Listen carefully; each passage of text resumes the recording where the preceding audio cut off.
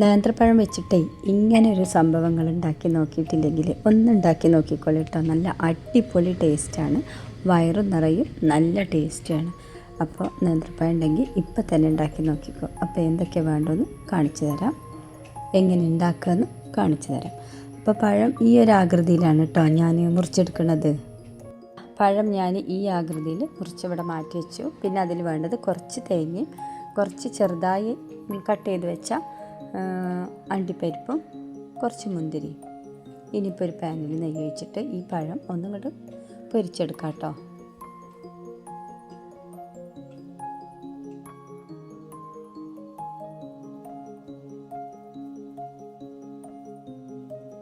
ഇത് അതിൻ്റെ രണ്ട് ഭാഗവും ബ്രൗൺ കളർ ആവുന്നത് വരെ ഒന്ന് നെയ്യിൽ വഴച്ചെടുത്തിട്ടുണ്ട് കേട്ടോ. ഒന്ന് ഇങ്ങനെ മറിച്ചിട്ട് കൊടുക്കുക, റെഡിയാക്കി വെക്കുക. ഇനി വേറൊരു പാനിൽ നെയ്യ് ഒഴിച്ചിട്ട് നമ്മൾ കട്ട് ചെയ്ത് വെച്ച അണ്ടിപ്പരിപ്പ് അതിലിട്ടൊന്ന് ഇളക്കി കൊടുക്കുക.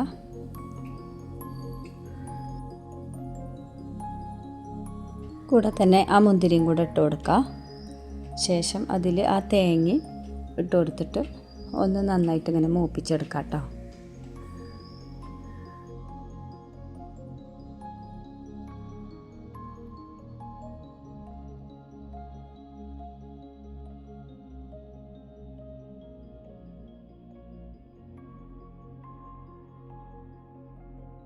ഇതാ തേങ്ങയും കൂടെ ഇട്ട് കൊടുത്തിട്ട് മൂപ്പിച്ചെടുത്ത് ഇനി മധുരത്തിന് ആവശ്യമായ കുറച്ച് പഞ്ചസാരയും കൂടെ അതിലിട്ട് കൊടുക്കാം.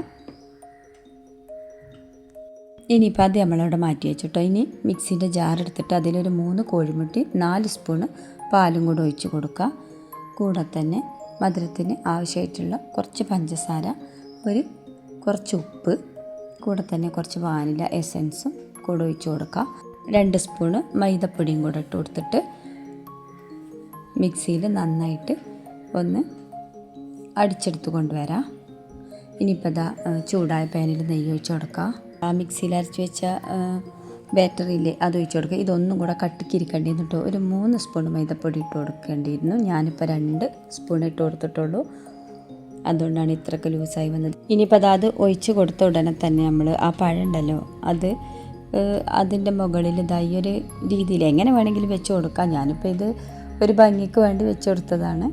അങ്ങനെ നിരത്തി വെച്ച് കൊടുക്കുക. അതിനുശേഷം നമ്മൾ ഈ നെയ്യിൽ വറുത്തെടുത്ത തേങ്ങയും ഐറ്റംസില്ലേ അത് അതിൻ്റെ മുകളിൽ ഫുള്ളായിട്ട് അങ്ങോട്ട് വിതറി കൊടുക്കുക. ശേഷം ബാക്കിയുള്ള പഴം കൂടെ നമ്മൾ ഇതിൻ്റെ മുകളിൽ അതുമാതിരി തന്നെ വെച്ച് കൊടുക്കുക.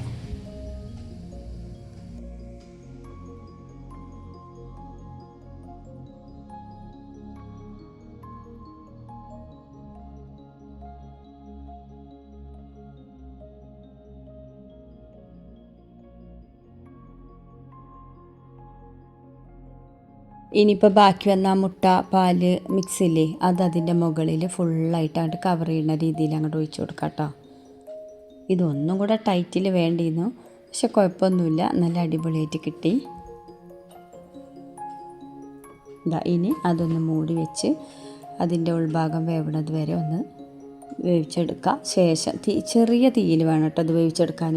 ഇനിയിപ്പോൾ ഞാൻ എന്ത് ചെയ്തു, നമ്മൾ വേറൊരു ചട്ടിയിൽ മാറ്റി കൊടുത്തു കേട്ടോ.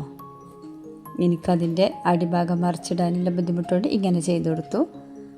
കണ്ടോ, ഇങ്ങനെ അടിഭാഗം മറിച്ചിട്ട് കൊടുത്തു. അതിൻ്റെ മേൽഭാഗം വേവാൻ ഇത്തിരി ബുദ്ധിമുട്ടായി. അതാ നമ്മൾ കോഴിമുട്ട പാല് മിക്സില്ലേ അത് ഇത്തിരി ലൂസായി പോയത് കാരണമാണ് ഇങ്ങനെ ആയത്. അത് ഇത്തിരി ടൈറ്റ് തന്നെ കൊടുക്കണം. ഇനിയിപ്പോൾ ദാ 2 ഭാഗം നന്നായി വേവിച്ചെടുത്തു. കുറഞ്ഞ തീയിൽ വെച്ചിട്ട് വേണം കേട്ടോ വേവിച്ചെടുക്കാൻ. കണ്ടോ, നല്ല അടിപൊളി ടേസ്റ്റാണ് കേട്ടോ. ഇത് കണ്ടാൽ നമുക്കൊരു കലത്തപ്പം മാതിരിയൊക്കെ തോന്നും, പക്ഷേ ഇതിൻ്റെ ഉള്ളിൽ പഴം, ആ തേങ്ങ, മുന്തിരി മിക്സ് ചെയ്തതില്ല നെയ്യിൽ വറുത്തത് അതും ഒക്കെ നല്ല ടേസ്റ്റാണ്. ഇതൊരു 2 പീസ് തിന്നാൽ തന്നെ വയറും നിറയും, നല്ല ടേസ്റ്റാണ്. കണ്ടോ, ഇതിൻ്റെ ഉൾഭാഗം കാണാൻ നല്ല അടിപൊളിയാണ്. പെട്ടെന്ന് ചട്ടിയിൽ നിന്നൊക്കെ പോകുന്നു കേട്ടോ,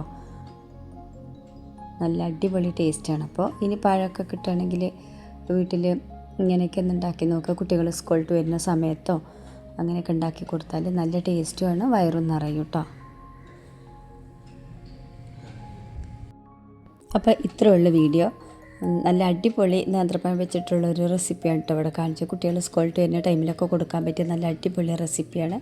അപ്പോൾ ചാനൽ ഇഷ്ടപ്പെടുകയാണെങ്കിൽ എല്ലാവരും സബ്സ്ക്രൈബ് ചെയ്യുക, സപ്പോർട്ട് ചെയ്യുക.